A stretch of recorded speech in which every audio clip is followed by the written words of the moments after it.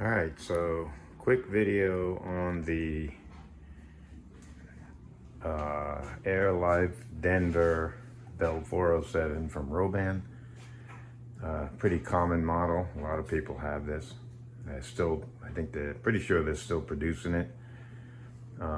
This one here is probably going up for sale soon, so I thought I would just go over some of the modifications that I did.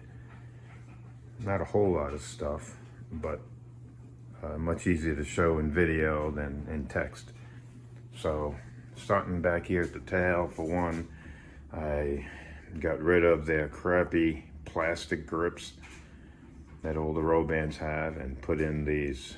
This is like an aligned tail, all aluminum, double radial bearing with a thrust bearing. The tail blades are what comes with the kit.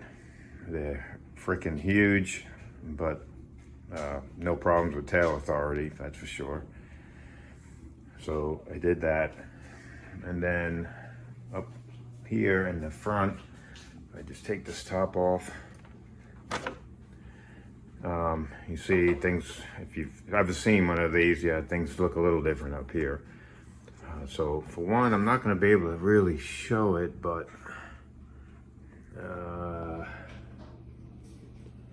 what I did is the rods from the servos to these bell cranks would normally go on the inside on these crazy angles. And so what I did is I moved the rods to the outside so they're straight, basically. And then I had to do, just relieve a little bit of material here and on both sides, basically, so that basically this part of the bell crank there that will rock, it would have hit the fuselage. So just a little bit of relief there, but once the doghouse is in there, it's still pretty rigid. Show a picture here of the manual of how it shows and try to show what I did. In order to take that off, you gotta take the screws off to get that part of the top off. So, and then also excuse me, I'm doing this with my phone one-handed, so I've got a Overkill Contronic 170. And what they normally have you do is put one battery down and then the other one laying this way. And so instead of doing that, let me start with what I did with the batteries. I saw this on YouTube. These seats are just held in by magnets. You take out a seat, and then you take these. These are the batteries I bought because they're 5,000s, but they're small and they fit standing up right in here. So you take the battery, you come in here, and then I'll strap it to this center post here, sorry. And then I'll feed the wire up through this hole that I made in the plywood. And then obviously we'll plug in here. Do the same thing on the other side. There's a plug over there. This battery is for my 2S, for my servos and flybarless controller, and basically fits right in here. And so I made this little holder for the Contronic speed control. It's very neat, very nicely done. And you know, the CG works out pretty perfect. There is still a little bit of weight in the front. These things, if you know, always tail heavy, but the little bit of weight in the front, I think it came in about 18 pounds, which is heavy, but not as heavy as it could have been. So that worked out real good. A little bit of a pain to get it ready to fly, strapping the batteries in, but not too bad.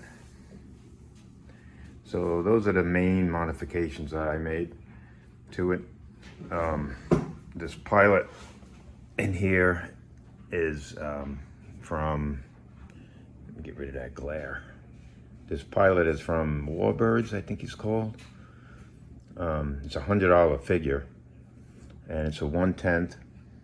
Maybe just a little big for it, but it does fit in there pretty good, I think. Just a big guy, but it fits in there pretty good. And so, let me get the blades. I'll be right back. Okay, so here are the blades.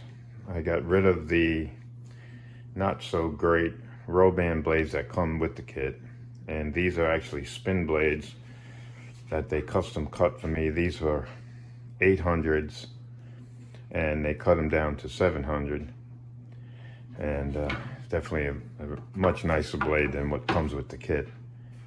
It really has a nice sound. So I got that, and then the one other thing I did is I put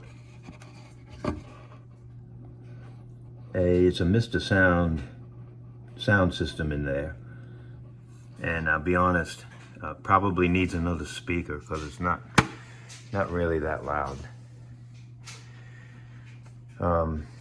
But it's in there.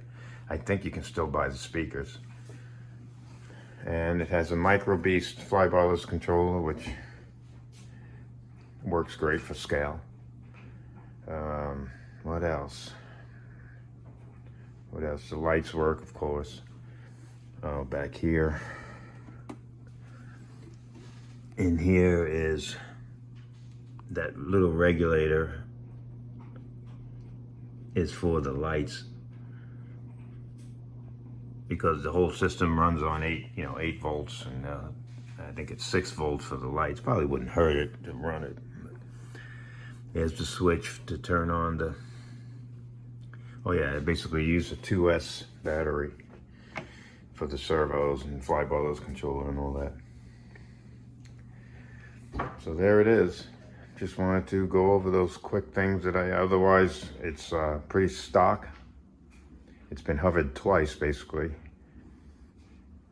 and that's it. It really is it's a 700 size machine, but it's quite big. So anyway, let me get this uploaded, and thanks for watching.